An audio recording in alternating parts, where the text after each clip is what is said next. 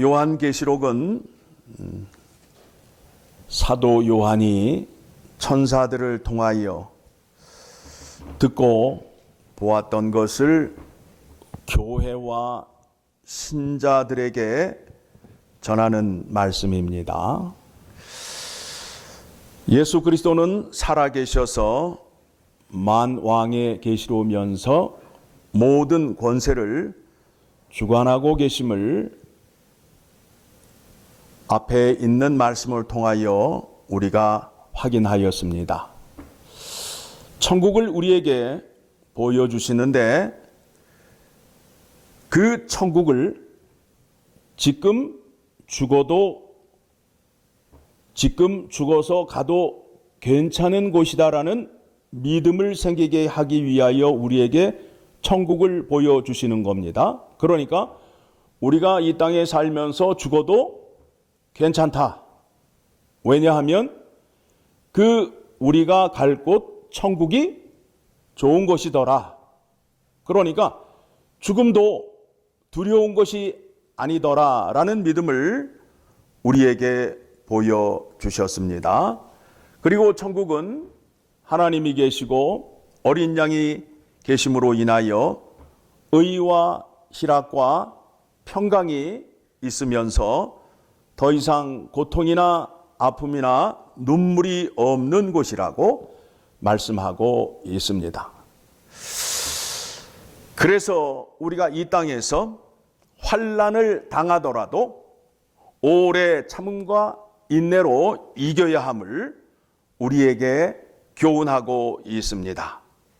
왜 그렇게 하시느냐 하면 환난을 통해서 우리의 믿음을 정금같이 단련시키기 위하여 그와 같이 하신다라는 겁니다. 천국을 우리에게 보여주셨는데 이제 그 천국이 우리의 것이 되고 우리가 그곳에 가기 위해서는 예수 그리스도가 이 땅에 재림을 하셔야 그것이 완성되게 됩니다. 그래서 오늘 말씀을 보게 되면 예수님께서 하시는 말씀이 뭐라고 그래요?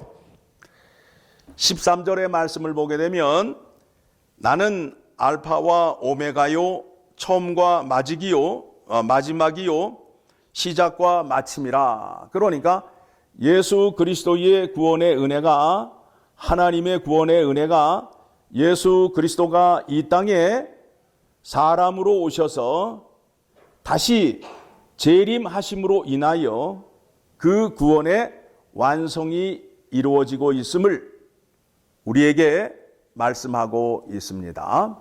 자, 그렇다면 이제 예수 그리스도께서 재림을 하셔야 되는데 이 말씀을 유대 결혼의 풍습을 통해서 보게 되면 쉽게 이해가 될 수 있습니다. 자, 총각과 처녀가 눈이 맞아서 데이트를 하기 시작하게 되면 이제 결혼을 하게 되지요. 그러면 총각은 처녀의 집 아버지에게 가서 결혼 허락을 받아야 합니다. 그러면 처녀의 아버지가 그 총각을 몇 가지 테스트를 하지요. 내 딸을 보내도 내 딸이 굶어 죽지는 않을까? 내 딸을 잘 보살펴 줄까라는 질문을 한 다음에 그 질문에 합격을 하게 되면 이제 뭘 하게 되느냐 하면 약혼식, 정혼식을 하게 됩니다. 그때에 신랑과 신부가 포도주를 나누어 마시게 됩니다. 그러니까 그 결혼은 무엇의 약속이냐 하면 피의 약속이 되는 거예요. 다시 말하면 결혼도 만약에 깨지게 되면 어떻게 된다는 거예요? 죽어야 된다는 거예요. 그런 의미로 포도주를 나누어 마시면서 정혼식을 마치게 됩니다. 그러면 신랑은 자기 아버지 집으로 돌아가서 그때부터 신부와 함께 살 집을 짓기 시작합니다. 그러다가 아버지가 이제 이만하면 됐다. 가서 신부를 데려와라. 그러면 신랑이 신부의 집에 가서 신부를 데리고 오게 되면 이제 결혼잔치가 시작되는 겁니다. 예수 그리스도가 이 땅에 오셔서 택한 백성들과 언약을 맺으셨는데 신랑과 신부로 약속을 하셨습니다. 그런데 그 약속을 하시고 예수 그리스도께서 십자가에 피를 뿌리심으로 인하여 그 약속이 피의 약속이 된 거예요. 만약에 그 약속을 지키지 않게 되면 예수 그리스도가 죽으셔야 된다는 거예요. 자, 그렇다면 이제 신랑 대신 예수 그리스도가 이제 아버지의 집으로 올라가는 거예요. 그래서 제자들에게 말씀하시죠. 내가 아버지 집으로 가야 한다. 내가 아버지 집에 가서 너희의 거처를 마련하기 위하여 올라간다 라고 말씀을 해요. 그러면 지금 예수 그리스도가 하늘 보좌에서 어떤 일을 하고 계시는 거죠? 우리의 처소를 준비하고 계시는 거예요. 그러면 하나님 아버지께서 이제 이만하면 됐다. 다시 저 땅으로 내려가서 택한 신부들을 데리고 와라. 데리고 와라. 그러면 그 신랑 대신 예수 그리스도가 다시 오시는 그날이 재림의 날이 되는 거예요. 신부를 데리러 오는 거예요.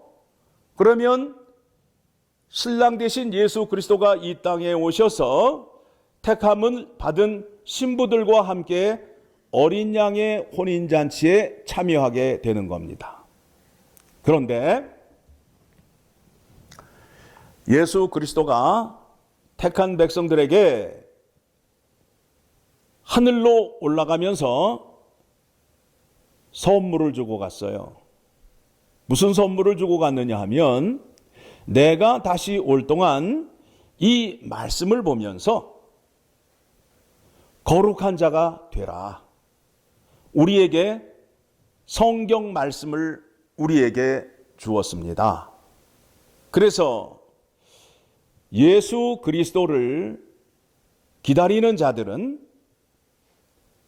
하나님의 말씀으로 날마다 자기 자신을 새롭게 해야 돼요. 자, 여러분들이 예수 그리스도를 나의 신랑이라고 고백을 하는 사람이라면 그 신랑을 보고 싶은 마음과 만나고 싶은 마음과 그의 음성을 듣고 싶은 마음이 있어요. 그런데 신부가 되었다고 하는데 신랑이 어디에 있는지, 신랑이 무엇을 주고 갔는지, 신랑이 무슨 말을 하는지 관심조차 없는 사람들이 많아요, 적어요. 심각한 얘기죠. 자, 7절 말씀 보겠습니다. 자, 예수님이 하늘로 승천하시면서 택함을 받은 백성들, 택함을 받은 신부들에게 이렇게 말합니다. 7절 같이 읽습니다. 시작. 보라, 내가 속히 오리니 이 두루마리의 예언의 말씀을 지키는 자는 복이 있으리라 하더라. 그러니까 여러분, 하나님의 말씀을 잘 듣고 잘 지키는 자에게는 12절 시작. 보라, 내가 속히 오리니 내가 줄 상이 내게 있어 각 사람에게 그가 행한 대로 갚아주리라. 준다는 약속을 확실하게 하기 위하여 앞에 뭘 붙였어요? 갚아준다라고 말하잖아요. 갚는다는 얘기는 뭐예요? 반드시 돌려준다는 뜻 아니에요. 그렇죠? 그러면서 하시는 말씀이 14절 말씀 봅니다. 같이 읽습니다. 시작. 자기 두루마기를 빠는 자들은 복이 있으니 이는 그들이 생명나무에 나아가며 문들을 통하여 성에 들어갈 권세를 받으려 함이로라. 여러분, 하나님의 말씀으로 자기의 두루마리를 날마다 깨끗하게 빨아야 된다는 거예요. 하나님의 말씀을 통하여 우리의 죄 사함을 용서받고 우리를 깨끗하고 정결하고 거룩한 자가 되어야 된다는 거예요. 그래야 날마다 예수 그리스도 앞에 한 걸음 한 걸음 나아가는 권세를 얻게 된다는 거예요. 여러분, 신랑이 왔는데 신부의 옷이 때로 쪄들었어. 목욕을 안 해가지고 그냥 얼굴이 꾀재재해요. 그러면 신랑이 그 신부를 좋아하겠느냐고요? 좋아하지 않잖아요.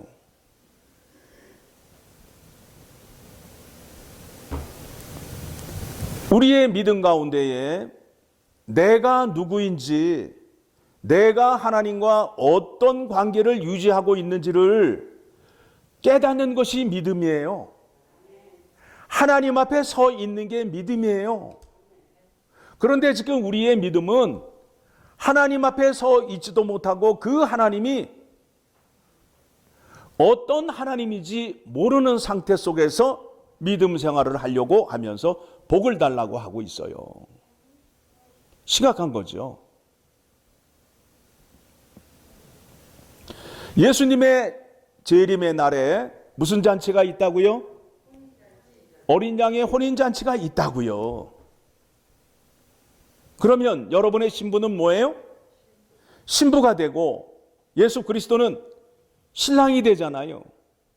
자, 그러면 신랑이 택함을 받은 신부들에게 말씀을 주고 갔어요. 이 말씀을 통해서 정결하고 고귀한 신부가 되라는 거예요. 그리고 그 흰 옷을 날마다 말씀으로 깨끗이 빨으라는 거예요. 그러면 신랑 되신 예수 그리스도가 이 땅에 오셨을 때에 어떤 사람을 제일 먼저 택하겠어요? 더러운 옷을 입은 사람, 아니면 깨끗한 옷을 입은 사람?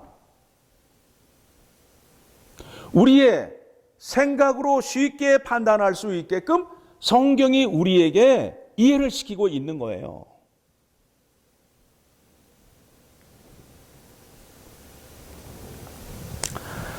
자, 그러면서 예수 그리스도께서 택함을 받은 사람들을 거룩하고 고귀한 신부가 되게 하기 위해서 어디로 불러 모으셨다고요? 교회로 불러 모으셨다고요. 그러니까 교회에 나왔는데 교회에서 무엇을 하여야 하는지도 모르면서 믿음 생활하신 분이 너무 많아요. 교회는 재미있는 곳이 아니에요. 여러분을 즐겁게 해주는 코미디 쇼쇼쇼 하는 곳이 아니에요. 정결한 신부 수업을 받는 곳이에요. 그래서 16절 말씀 봅니다. 같이 읽습니다. 시작. 나 예수는 교회들을 위하여 내 사자를 보내어 이것들을 너희에게 증언하게 하였노라. 나는 다윗의 뿌리요 자손이니 곧 광명한 새벽별이라 하시더라. 교회를 세우시고 교회에 말씀 전하는 자를 보내었어요. 어떻게 하기 위하여? 여러분의 요구와 여러분의 욕심을 채워주기 위하여 말씀 전하는 자를 세웠어요? 아니면 하나님의 말씀을 통해서 여러분을 거룩한 자로 만들기 위하여 세웠어요? 전자예요, 후자예요? 그런데 왜 자꾸 전자를 요구하세요?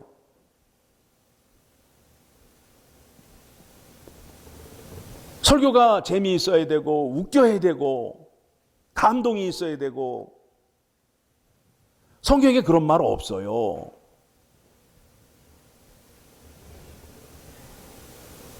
그래서 교회가 이제 어떤 일을 하게 되느냐 하면 17절 같이 읽습니다.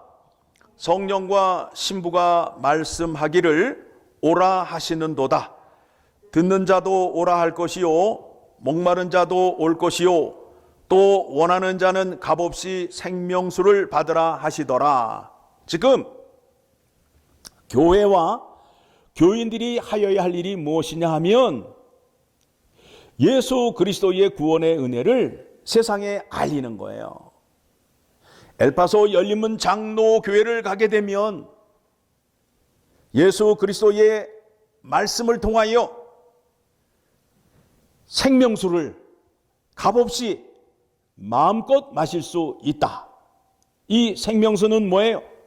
우리의 생명을 살리기 위하여 필요한 생수잖아요. 그 생수가 하나님과 어린 양 보호자에게 나와서 우리의 생명을 풍성하게 하신다라는 겁니다. 그래서 교회의 책임은 전도와 선교에 있음을 여러분들이 꼭 기억하셔야 됩니다. 그리고 18절, 19절 말씀을 보게 되면 말씀을 전하는 자에게 지금 교훈을 하고 있는 거예요. 강단에서 하나님의 말씀을 전하는데 어떻게 전하여야 하는지 이 말씀을 같이 보도록 하겠습니다.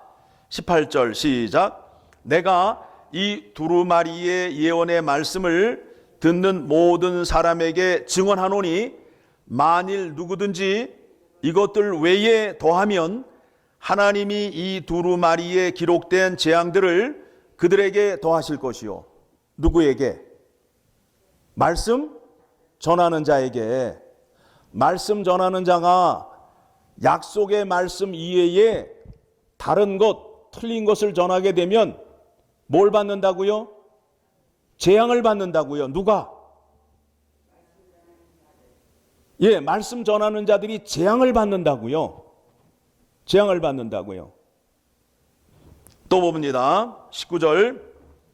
만일 누구든지 이 두루마리의 예언의 말씀에서 제하여 버리면 하나님이 이 두루마리에 기록된 생명나무와 및 거룩한 성의 참여함을 제하여 버리시리라. 하나님의 약속의 말씀을 빼고 전하게 되면 어떻게 된다고요? 거룩한 성에 참여하지 못한다는 거예요. 말씀 전하는 자가 더하거나 빼서는 안 된다는 거예요.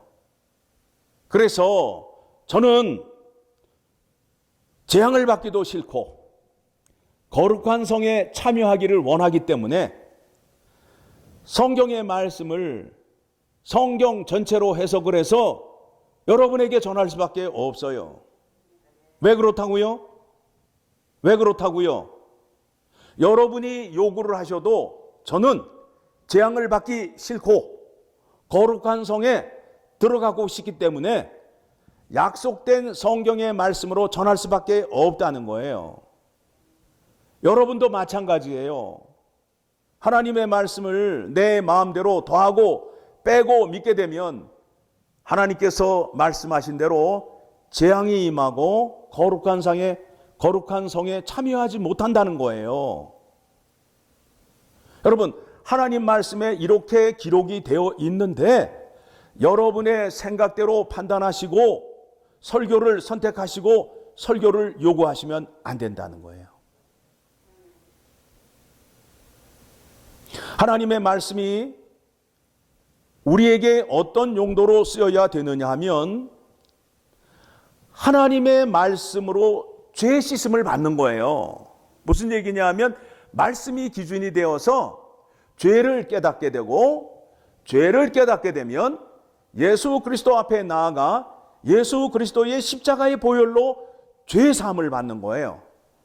여러분들이 하나님의 말씀을 알지 못하면 죄가 무엇인지를 알지 몰라요.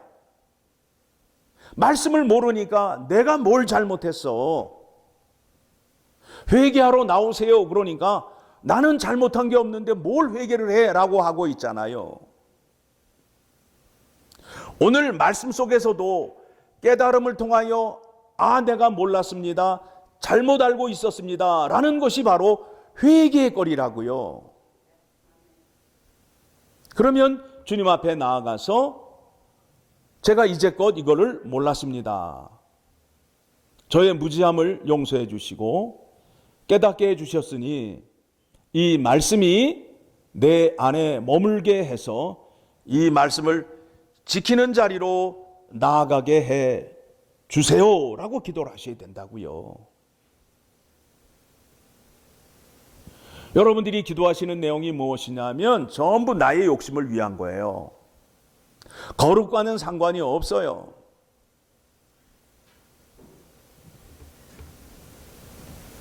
우리를 거룩한 자로 만들기 위해서 우리들에게 재림의 신앙이 있다면 다시 오실 예수 그리스도를 기다리면서 예수 그리스도께서 나에게 무엇을 분부하였는지를 깨닫는 자리로 나아가 그분께서 명령하신 것을 깨닫고 지키며 예수님을 기다릴 수밖에 없다는 거예요. 그런데 재림의 신앙이 없으니까 하나님의 말씀이 무엇을 위한 것인지, 하나님의 말씀이 어디를 향하여 있는지 방향성도 모르고, 그 다음에 교회가 무엇을 하여야 하는지를 모르고 있잖아요. 교회는 우리끼리 모여서 재미있게 놀고 맛있게 먹는 곳이 아니에요. 아니에요. 그런 교회가 아니에요. 교회 안에 있는 사람들은 신랑 되신 예수 그리스도로부터 택함을 받은 신부들이 모여 있어서 그 신부들이 다시 오실 예수 그리스도를 맞이할 준비를 하는 곳이에요. 그래서 이 교회는 예수 그리스도의 구원의 은혜를 세상에 알리고 전파하는 곳이 되어야 돼요.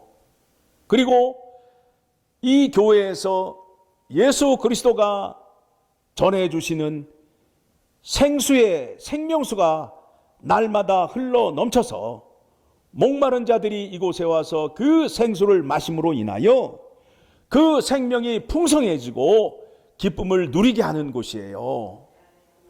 말씀 먹는 일에 최선을 다하셔야 되는데 말씀 먹는 일에는 최선을 다하지 않고 먹는 일이 있을 때는 다 모인단 말이에요. 얼마나 이게 우리가 안타까운 일이냐는 거예요.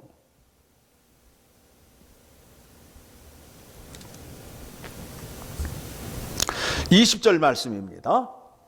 같이 읽습니다. 이것들을 증언하시니 이가 이르시되 내가 진실로 속히 오리라 하시거늘 아멘. 주 예수여 오시옵소서. 여러분, 이와 같은 믿음을 가지셔야 돼요.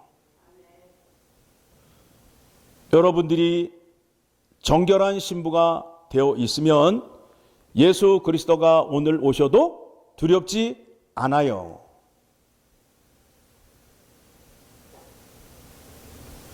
준비 안 된 신부가 되다 보니까 신랑의 음성이 어떻게 되는 거예요? 반가워요? 두려워요? 두렵지요. 여러분이 신랑 되신 예수 그리스도를 사랑하신다면 보고 싶고 보지를 못한다면 날마다 음성이라도 듣고 싶은 거 아니에요? 멀리 떨어져 있는 사랑하는 자를 못 보게 되면 전화 통화를 해서 그 음성을 듣잖아요. 그러면 교회에서 주님께서 우리에게 명령하신 계명의 말씀을 듣게 되면 그 음성이 주님의 음성이 됨으로 인하여 주님께서 나를 위하여 이렇게 말씀하시는구나 라고 깨닫는 자리로 나아가게 된다라는 겁니다. 이와 같은 깨달음의 믿음이 있어야지요. 내가 예수 그리스도의 신부가 되었는지를 모르면서 예수 그리스도를 믿는다는 것은 참 어리석은 일이에요. 천국이 관심이 없잖아요. 신랑 되시는 분이 아파트를 샀어요. 그러면 여러분들의 관심이 그 아파트가 어떻게 생겼는지, 얼마나 좋은지 관심이 있어요, 없어요? 있잖아요. 그런데 신랑 되신 예수 그리스도가 나를 위하여 천국에 신방을 준비하셨대요. 그런데 관심이 있어요, 없어요? 우리의 믿음의 현실이 그대로 드러나잖아요. 요한계시록을 통해서 예수 그리스도가 천국에 계시는데 우리를 위하여 어린 양의 혼인잔치를 준비하시고 우리와 함께 거할 것을 보여준 거예요. 그렇다면 내가 예수 그리스도의 신부라는 확신이 들게 되면 그것에 대한 관심과 보고 싶은 마음이 생길까요? 안 생길까요? 그리고 그것이 좋은 걸 알게 되면 예수님이 빨리 오는 것을 기다릴까요? 안 기다릴까요? 그래야 된다고요. 그래야 된다고요. 그런데 우리의 믿음은 전혀 그거와 상관이 없잖아요.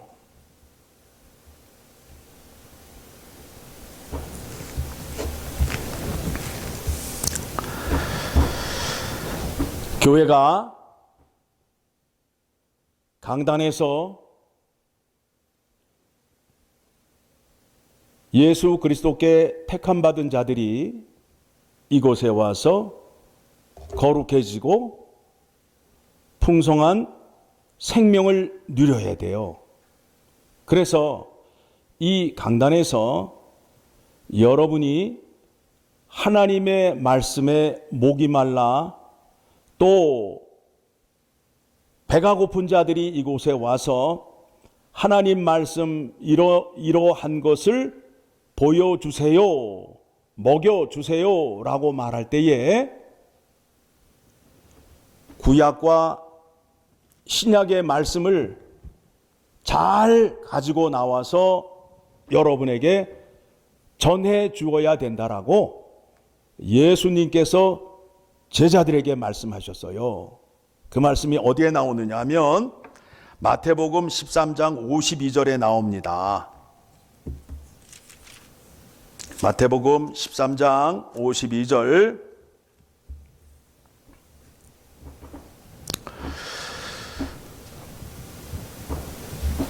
마태복음 13장은 천국 비유장이에요. 말씀을 이제 7가지 비유를 마치시고 51절 말씀 보겠습니다. 51절. 예수님이 제자들에게 질문을 합니다. 이 모든 것을 깨달았느냐 하시니 대답하되 그러하오니이다. 제자들이 대답을 했어요. 자, 52절 시작. 예수께서 이르시되 그러므로 천국에 제자된 서기관마다 마치 옛것과 새것을 그 곳간에서 내오는 집주인과 같으니라. 집주인이 창고 안에 어떠한 것이 있는지를 다 알아요. 그래서 이번 잔치 때는 이러한 것을 하여야 되겠다라고 하게 되면 곳간을 열고 그곳에 가서 꺼내내와서 그 잔치를 베풀잖아요. 그렇듯이 지금 여러분들이 하나님의 말씀을 원하실 때에 옛것과 새것을 잘 구분하여서 여러분들에게 먹일 수 있는 실력 있는 제자가 되라고 말씀하고 있어요. 다시 볼까요? 예수께서 이르시되 그러므로 천국의 제자된 서기관마다 마치 새것과 옛것을 그 곳간에서 내오는 집주인과 같으니라.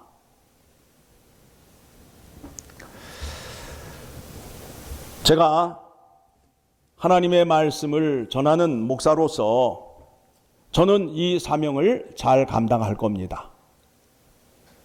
여러분들도 예수님께서 명령하시고 분부한 대로 하나님의 말씀으로 거룩한 자가 되어야 돼요.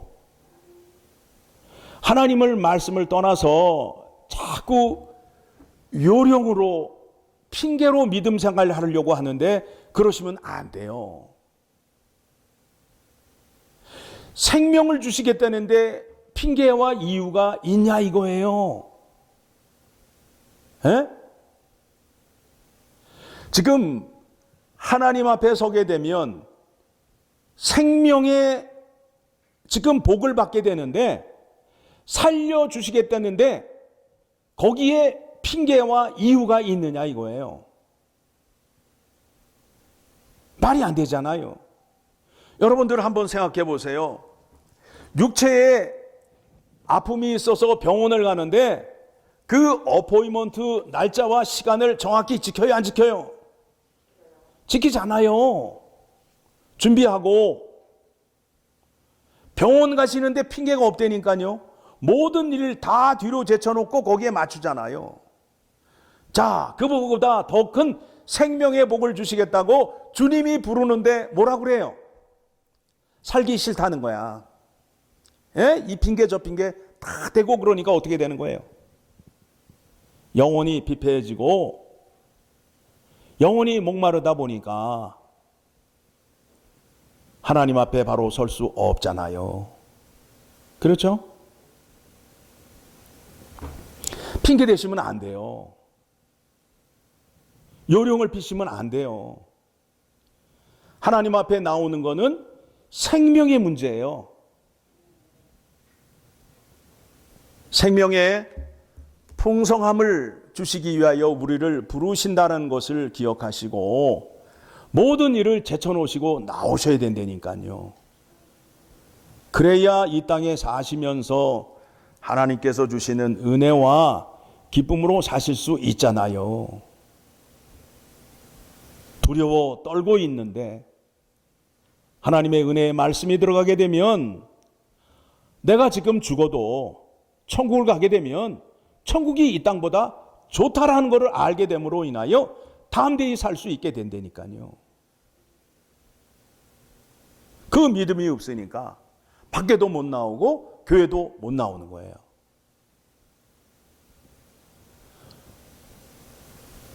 예수님께서 오늘 천국으로 오라. 그런데 가기는 싫다. 이게 되는 거 아니에요? 그러면 천국을 가고 싶은 마음이 있어요? 없어요? 없는 거 아니에요. 신랑을 사랑하는 거예요? 사랑치 않는 거예요?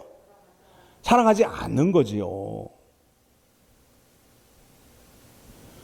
몇 가지의 질문을 통해서 우리의 믿음을 확인할 수 있잖아요. 그렇죠? 네, 요한계시록을 통해서 우리의 믿음이 흔들리지 않고 지금도 하늘 보좌에서 불꽃 같은 눈으로 우리들을 지켜보아 주시는 그 하나님의 예수 그리스도의 권세를 믿으시고 담대히 약속의 말씀을 지키며 신앙생활하는 여러분 되시기를 소망합니다. 기도하겠습니다.